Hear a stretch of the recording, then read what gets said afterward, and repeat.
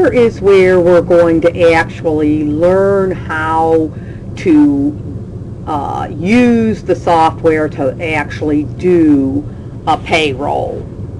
And so this assumes that you've already done part 1 YouTube video and know how to get back and forth to the payroll sections.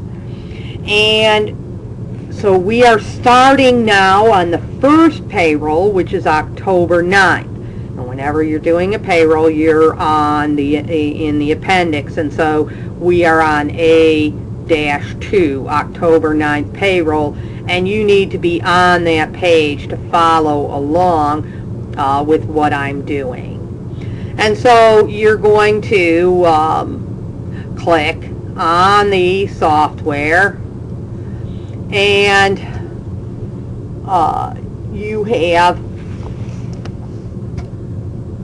you need to open an accounting file. Okay, and there's 2 files that are on here, payroll file and payroll file short version. The short version is for those people who already did the project manually, and now they're just doing a short version of the same project just to get a feel for the software. So that's not us. We're doing the whole project on software. So you would choose where it says payroll file. Now, my software is a couple years older than yours, but it should still look fairly similar to what you have. It's going to come up with a box asking for your name so that it can keep everybody's project. If you were working in, say, H601, it would keep different people's project separate. And so you would put your name and say OK. All right. Now, if I take a look at page A-2, it talks about step 1, remove the student project audit test found on page A-29, answer the questions as you complete this processing. And we will not be concerned with any of those student project audit tests. So you can just disregard anytime it talks about those. Step 2, it says start up the payroll accounting software. Well, we have done that. And then it has in parentheses UG-2. On the first page of the appendix, they told you where you can go and get a user's guide. And so if you want to, you can download and print the user guide, which I've not found that you generally need, but if you wanted to, you can do that. And this just says that how to start the program is listed on the second page of the user guide. That's all that's in that parentheses. So you don't really need to worry about it. We have already started the program. Okay. When you load your software, it will have an icon on your desktop, and you can just simply click on the icon, and that will start up the software. Step 3, it says load the opening balances template file, payroll file, which is also talked about on UG-3.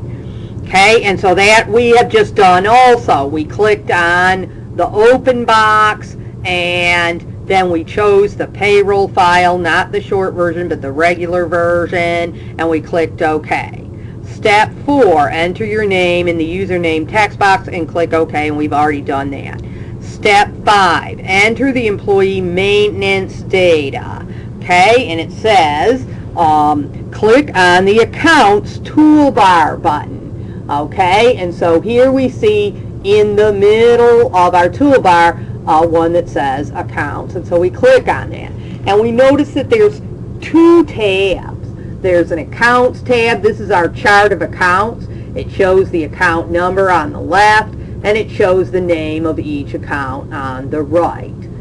Okay, and then we have the Employees tab, and this shows us all the employees and their address and their how many withholding allowances and etc., how much their salary is if they get a salary, how much their hourly rate is, whether they're married, all that kind of information is all on this tab here. All right, it says to select employee number 180, which just says student. So right there, we will select that one by clicking on it, and then enter your last name in all capital letters, similar to the other employees. Okay, and so I'm going to enter the last name of tutorial. Okay, and then click on the Change Employee Command button. And it says do not change any other. So I'm going to give it a first name.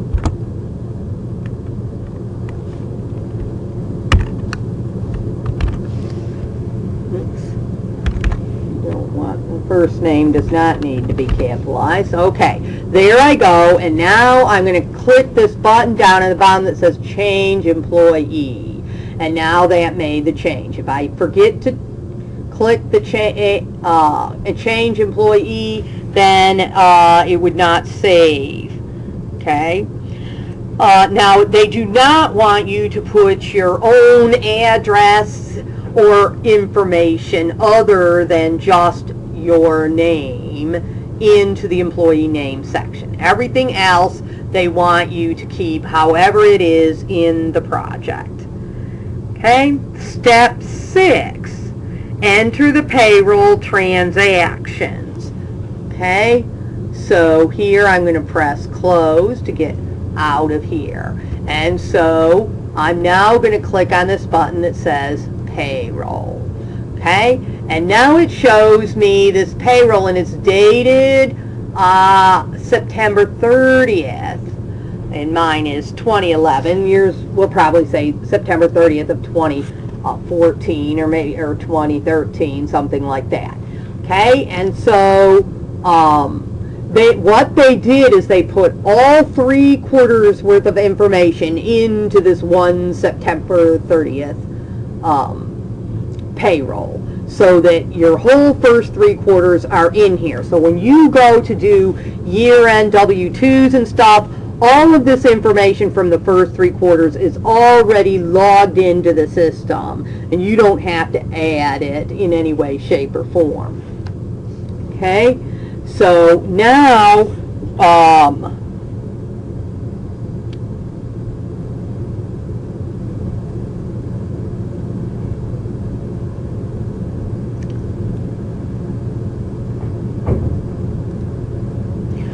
we're going to click on this deductions button, and we are going to, it's going to tell us every single payroll which deductions we need to concentrate on.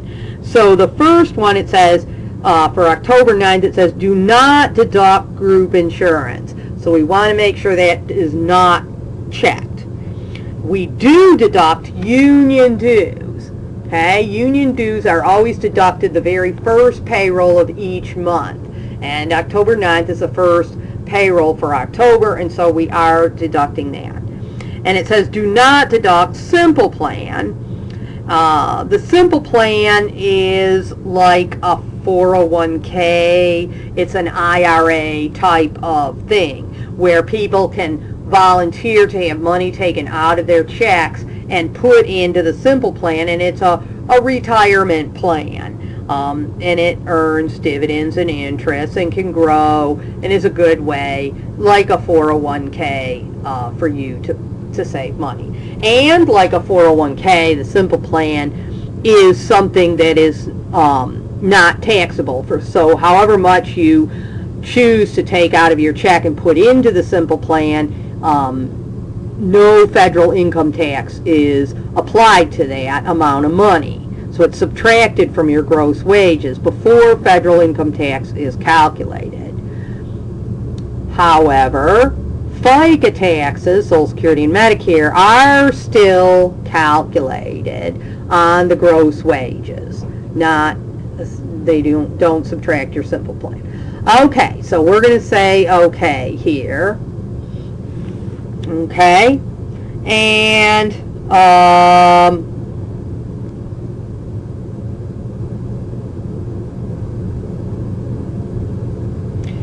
we have to enter, first of all, the correct date. And so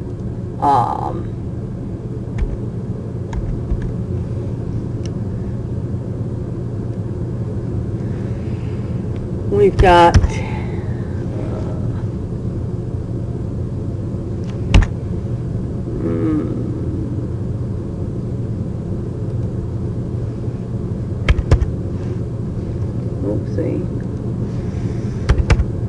October 9th, and I'm going to leave mine the year of 11. Okay? So you want to make sure that date is in there correctly. And now you see on page A-2 all the names of the employees and whether they're getting their regular salary or their regular number of hours, if they have any overtime hours, and what their union dues is. Okay. And so we get to the employee name box, and that's highlighted, and we click the down arrow, and we're going to choose the very first employee, which is Anthony Victor Bono. So we highlight him. Okay. And then we see on page A-2 that he has wages. He's an hourly worker, and he had 80 hours. And of course, this is for 2 weeks. This is bi-weekly, so 80 hours is 40 hours times 2, so that's regular. There's no overtime there. And so we see here there's a salaries column, and then a regular hours, and overtime, time and a half, and an overtime with double time. Okay? Now, he is not salary, so we don't put anything there. We go to the regular hours and put in 80. If he had any overtime hours, we would put that in the appropriate columns, and we would have been told in Appendix A how many there are. Okay, I messed up, sorry. Okay, we were on Victor, we put the 80. Now once you've got the 80 in there, if you're not putting in anything else, all of these taxes are calculated by the software. So you just click this button that says calculate taxes, and there it is, magically calculated. Now of course they're calculating these things based on whatever the book had set up. So if the book had set up a different maximum for Social Security, the book had set up different income tax rates than what is out there in reality, well, we're just going to accept whatever they did. We're not going to recalculate all this stuff. But we know that if it was real life, we would have to make sure that our software was updated so that it gave us the correct numbers. Okay? Now, the one thing we do have to change is union dues. Union dues is bringing down the same number as before, but that number included the first 3/4 of the year, and it's really only $8 a time. So I do need this first time to change this to the $8. Okay? Now I'm done with this employee, and so I'm going to say okay. And now I'm down to the second line. So I go to the next person, and that's James Claude Ferguson. So I'm going to highlight him. Now, Mr. Ferguson gets a salary, and it says here on A-2 that he's getting his regular salary. So I'm just going to click on the salary column, and it brings up his regular salary. And then I click on calculate taxes, and only the factory hourly guys have to pay union dues. Management never pays union dues, so we don't have to worry about union dues for him. Okay, so that's everything for him, and we say okay. Is this not as simple as you have ever seen? Okay. Next one is Catherine Louise Ford. So we click on her, and she is also salary. So we click on the salary button, we click on calculate taxes, and we click on OK. And we go and do the next one.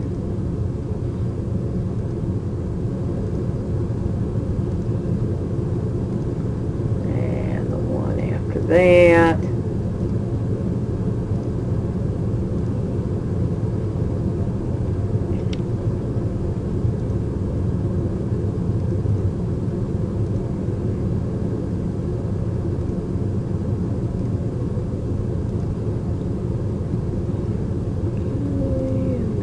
Get down to Norman Ryan, and he, like Bono, has 80 hourly hours. So we go to the regular hours column and punch in the 80, and there's no overtime hours, so we do need to put in the $8 on the union dues, click calculate taxes, and press OK.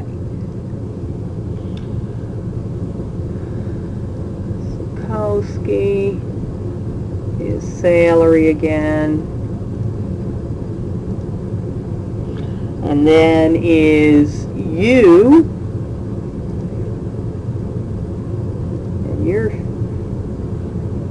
and you are hourly. So you had 72 hours. You didn't have a whole 2 weeks worth. Maybe you started a little late. This is your first time of working. So you have 72 hours, but you are an office employee, so you do not owe union dues either, just the factory personnel. So we'll say calculate taxes and OK. And Ruth Williams, and she has a salary, and OK. All right, so that is the end of our payroll. Now we get to, we're going to skip step 7 for right now, and we're going to go on to step 8. Okay, so I'm going to close out this. I'm going to go to reports. I'm going to payroll reports, and I want the payroll report. The payroll report in this software combines a payroll register along with the employee's earnings. So here's Anthony Bono. It shows his current so far, this current month of October, which we only have one payroll. Here's the quarter, which of course is the same because the fourth quarter just started, so it only also just has this one payroll in it so far. And here's his year to date out in the third column. So it shows Anthony by himself, but it also has all the totals. If we go down to the bottom, here's payroll summary, and here's the gross wages from this payroll, the federal income tax, the state income tax, Social Security withheld, Medicare withheld, city income tax withheld, union dues withheld, employee SUTA. In Pennsylvania, the employees have to pay a little bit for their unemployment. Now, the employer pays the most, but the employees themselves also have to pay a little in Pennsylvania. It's one of the few states. And so this had already calculated out, and here's the net pay. So these would be our payroll register totals that would go into our journal entry. Okay? You would want to print this out. You're going to want to print payroll register for each and every, I'm going to cancel this, but you would have to print it. I need, when you hand me the project, you're going to be handing me a payroll register from each and every payroll report. And once you go on, you can't get this payroll, okay, report. This payroll report has to be printed at the end of doing this payroll. Another thing you're going to want to do, and close out that, is save.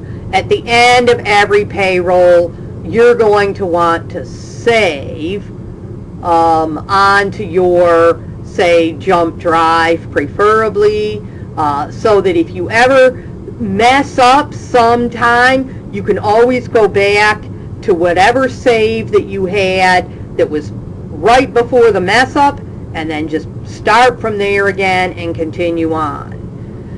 I cannot tell you how many students found that helpful, and how many students who didn't save after every payroll had problems. Alright, we're now going to go into our journal entries, and this is step 9. Okay, generate and post the journal entries for the current payroll. And so we're going to click on journal, and, excuse me, we're going to go to the options menu. And the options menu is up here in the gray toolbar, and it says current payroll journal entry and employer payroll taxes. So those are our two main journal entries. And so first we're going to say current payroll journal entry. It says generate the journal entry. Yes. Okay. And there it is. It took my payroll that I just did, and here's what it's going to debit. All of these wage expense and salary expense debits for gross wages that are in the different areas of the company. And here's all my payable accounts for everything that was withheld. And then finally, a credit to payroll cash for $11,065.41. Your numbers might be slightly different because, again, this software is a couple years old that I have, and so the numbers are going to be a little bit different. Okay, and so notice that they're not crediting cash. This is not coming out of the regular checking account. It's coming out of a payroll checking account. And so we are going to have to transfer some cash because there's no deposits from customers going into the payroll account. All those deposits from customers go into the regular checking account. So there's only money coming out of the payroll checking account on these payroll checks that we're handing out. And so we need to transfer money from the regular checking account into the payroll checking account, and we will do that shortly.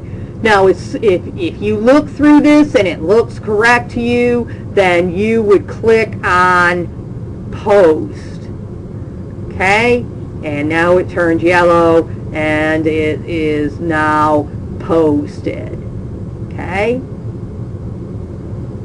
Now we are going to close, and we're going to go back to options. We're going to go down to employers' payroll taxes. This is our second journal entry. Here it is. This is where the employer has to match the FICA and also has to pay SUTA and FUTA out of their own pocket.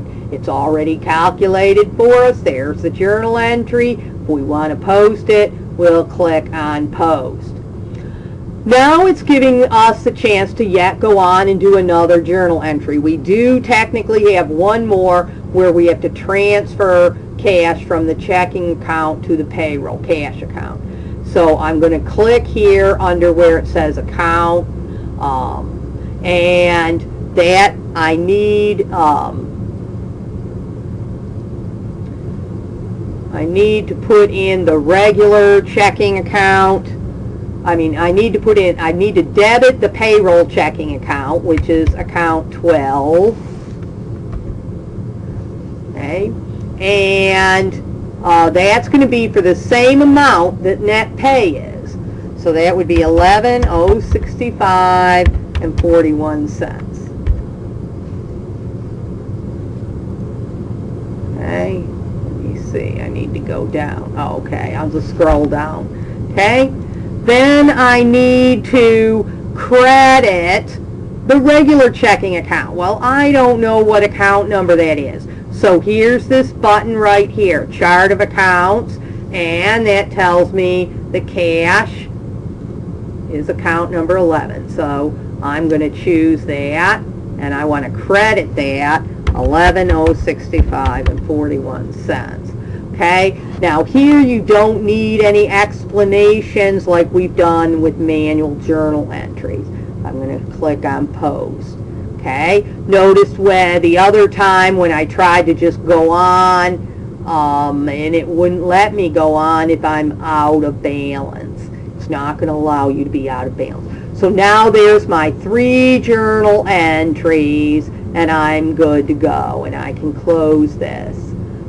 Now you are going to want to print,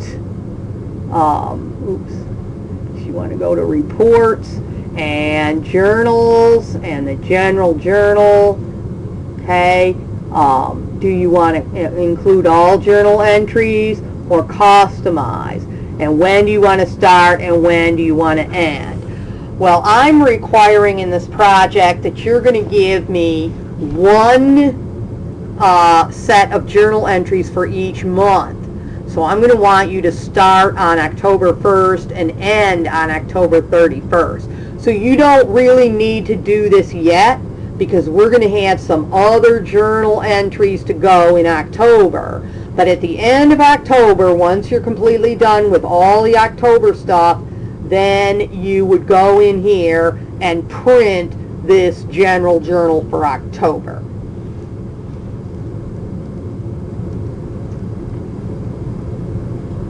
Now, when you go back, when you're done with the payroll,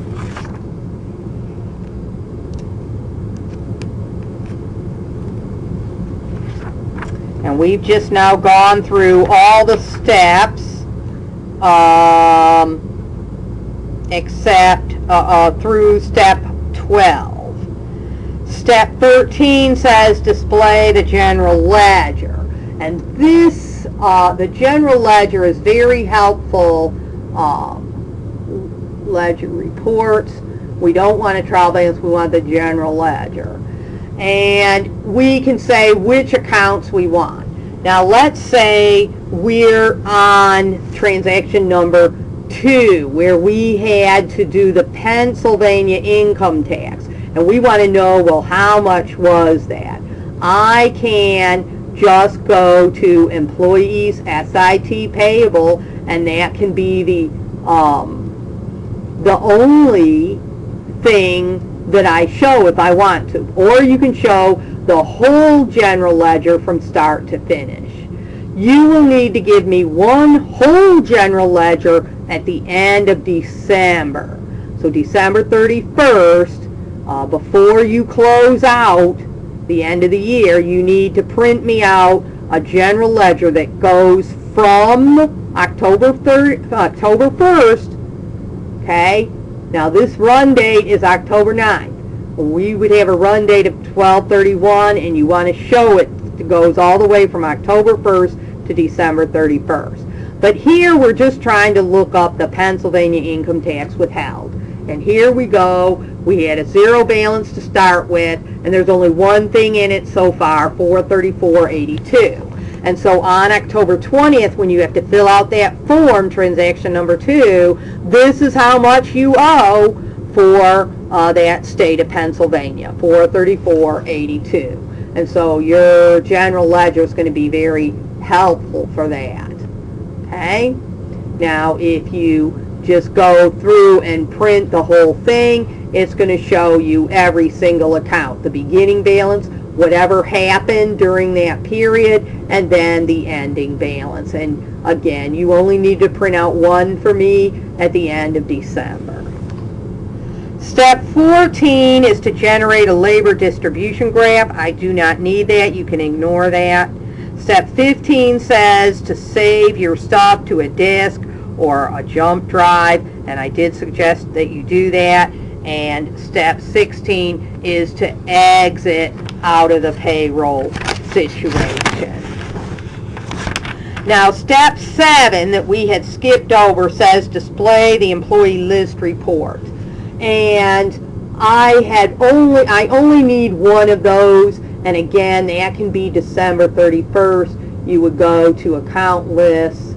Let me see.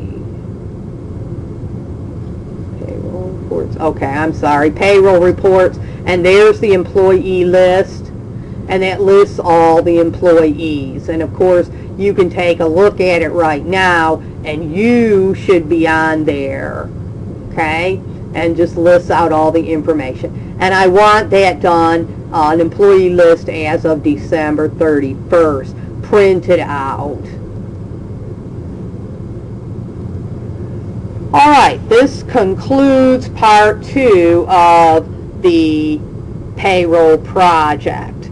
I will then go forward with part 3 as to filling out the quarterly and year-end form.